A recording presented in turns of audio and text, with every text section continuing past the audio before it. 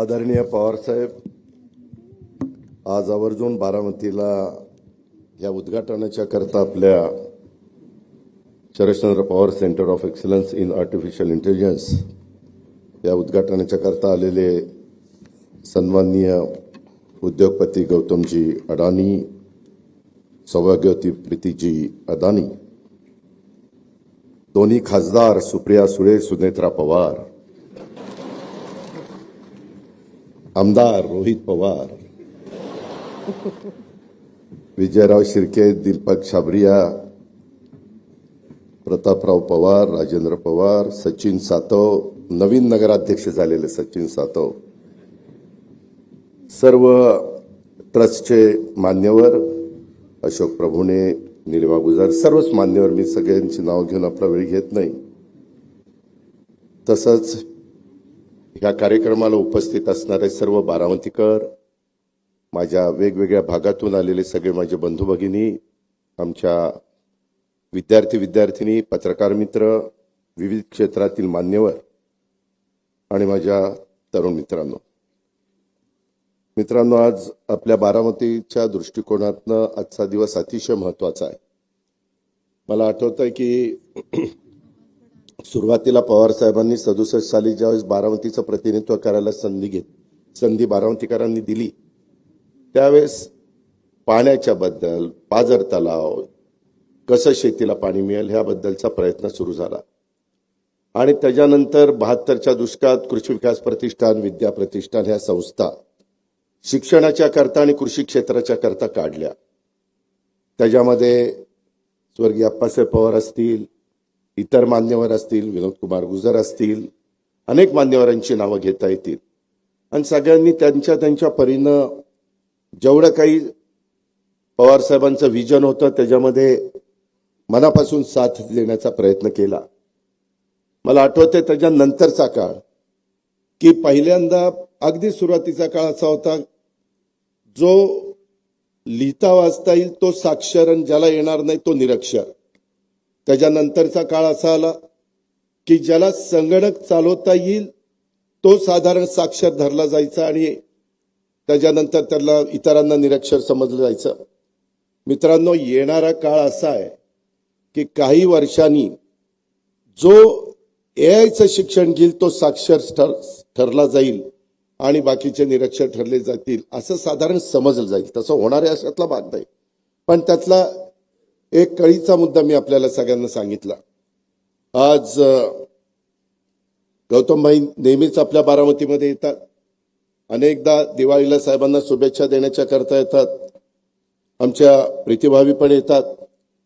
मी तमाम बारामतीकरांच्या वतीनं, सर्व आमच्या सहकाऱ्यांच्या वतीनं आज गौतम अडानी साहेबांचं आणि प्रीतीताई अडानींचं मनापासून स्वागत करतो. मनापासून आल्याबद्दल धन्यवाद देतो.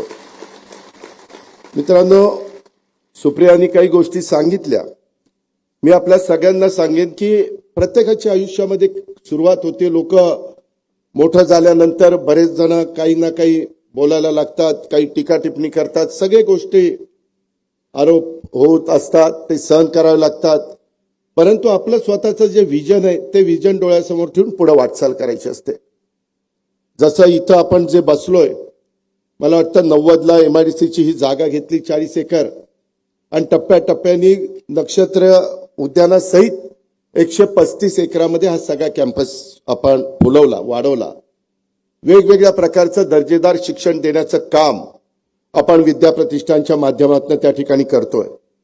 आणि एक आज मानाचा त्याच्यामध्ये तुरा खोचला गेला आहे, तो म्हणजे Vidya Pratishthan Sharadchandra Pawar centre of excellence in artificial intelligence, ज्याची खऱ्या अर्थाने ग्रामीण भागातल्या मुलांच्या करता, मुलींच्या करता गरज होती.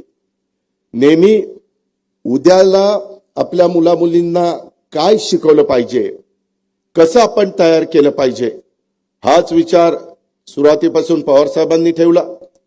त्याच्यानंतरच्या काळामध्ये देखील ज्यांच्यावर जबाबदारी पडत गेली त्यांनी देखील त्याच रस्त्याने पुढे वाटचाल केली. आपल्याला किती लोकांना माहिती आहे मला माहिती नाही, परंतु गौतमभाईंनी शून्यातनं 1988 साली त्यांच्या व्यवसायाला सुरुवात केली, अडाणी ग्रुपला. 1988ला आपण ही संस्था इथं, आपली संस्था 72ची आहे, पण इथं जी जागा घेतली ती 90ला आपण सुरू केलं. मला बरेच जण म्हणत होते, मी नावं घेत नाही, परंतु इथं कोण येणार आहे, 5 किलोमीटर बारामतीपासून लांब आहे. आज ह्या विद्या प्रतिष्ठान सगळ्या ज्या भोर असेल, इंदापूर असेल, पुणे असेल, जिथं जिथं विद्या प्रतिष्ठानच्या सगळ्या शाळा आहेत, ज्या काही आपण शिकवतो, तिथं आज जवळपास 35,000 विद्यार्थिनी तिथं शिक्षण घेत आहेत. आणि मला वाटतं महाराष्ट्रात एवढी एकमेव संस्था आहे की एकाही मुलाकडनं किंवा मुलीकडनं या संस्थेनी सुरुवातीपासून आजपर्यंत डोनेशन घेतलेलं नाही. 1 रुपया डोनेशन घेतलं नाही. उलट जर कुणी गरीब असेल, काही आकस्मिक कुठला त्यांच्यावर प्रसंग आला, करता माणूस गेला, तर त्याही मुलांना मुलींना मला गौतमभाई येताना विचारत होते की कसं तुम्ही करता. एक आपण कॉर्पस तयार केलेला आहे साहेबांनी, आणि त्याच्या व्याजातनं आपण त्या मुलांना मुलींना शिकवत असतो. त्यांचं जे काही त्यांना घडवायचं असतं ते घडवण्याचं काम करत असतो. मी आपल्याला सांगत होतो की 1988 साली शून्यातनं हे सुरुवात झाली गौतमभाईची. 88ला सुरुवात झाली. मित्रांनो, आज तुम्हाला आश्चर्य वाटेल, जगातल्या 20 देशामध्ये अडाणी ग्रुप वेगवेगळ्या पद्धतीनं त्यांच्या इंडस्ट्रीचं काम करतो. 20 देशात आज अडाणी उद्योग समूह हा जवळपास 3 लाख लोकांना रोजगार देतो. 3 लाख. आणि मला ते सांगत होते अजित, उद्याच्या 5 वर्षामध्ये हा आकडा 5 लाखापर्यंत जाईल. 5 लाख लोकांचं कुटुंब या एकट्या ग्रुपवर अवलंबून आहे. म्हणजे माणसाचं विजन असेल, कष्ट करण्याची तयारी असेल, त्याच्यामध्ये आपण हे करायचंच ही जिद्द असेल, आज तुम्हाला विश्वास बसणार नाही, जवळपास त्यांनी गुजरातमध्ये 2 लाख एकर अक्षरशः अशी बॅरन लँड, तिथं काही उगवत नाही, झाड नाही, झुडूप नाही, अशा पद्धतीची लँड त्यांना तिथं मिळाली. 30,000 मेगावॉटचा वीज निर्मितीचा सोलर प्लांट तिथं उभा आहे. 30,000 मेगावॉट. हे साधं सोपं काम नाहीये.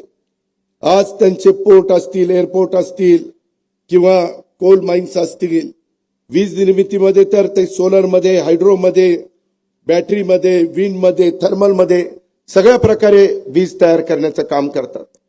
अशा इतक्या गोष्टी आहेत. तुम्ही म्हणाल की अजित पवार कशा करतात, त्यांचं एवढं सांगतो, जे खरं ते सांगितलं पाहिजे ना. तुम्हाला कळणार कसं? त्यामध्ये आज एवढा सगळा, आज 2 हॉस्पिटल, एक मुंबईमध्ये कांदिवलीला आहे आणि एक गुजरातमध्ये, 3रं हॉस्पिटल ते आता दिल्लीमध्ये जागा बघताय.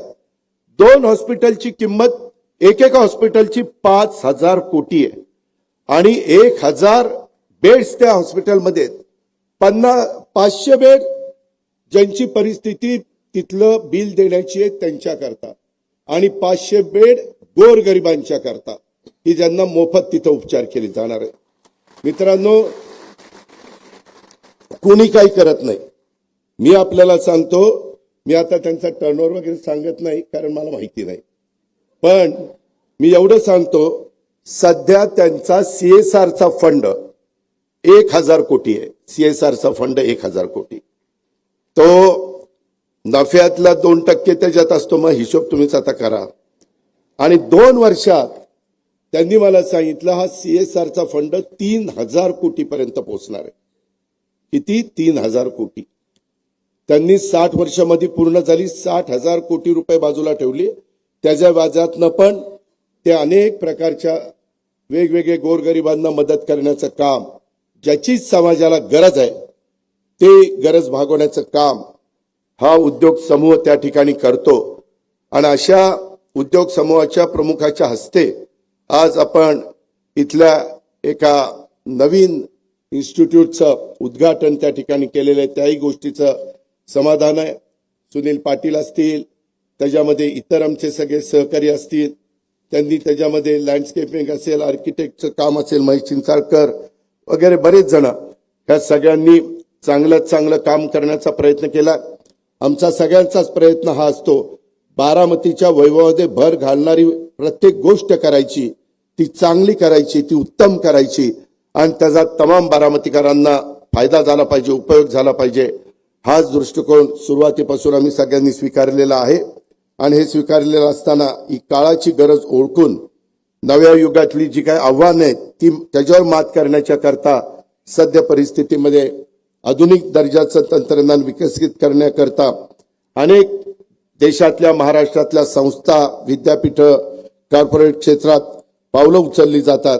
आणि ही पावलं उचलत असताना ग्रामीण भागातल्या इंजिनिअरिंग आणि इतर व्यावसायिक अभ्यासक्रमांना देखील माझ्या विद्यार्थ्यांना कशी संधी मिळेल आणि त्याकरता विद्याप्रतिष्ठाननी आज एक महत्वाचं पाऊल हे देशामध्ये उचललेलं आहे. माझा दावा आहे, ग्रामीण भागामध्ये भारत देशामध्ये सर्वात पहिलं पाऊल हे उचललं गेलेलं आहे. ही पण इतिहासामध्ये नोंद झाल्याशिवाय राहणार नाही.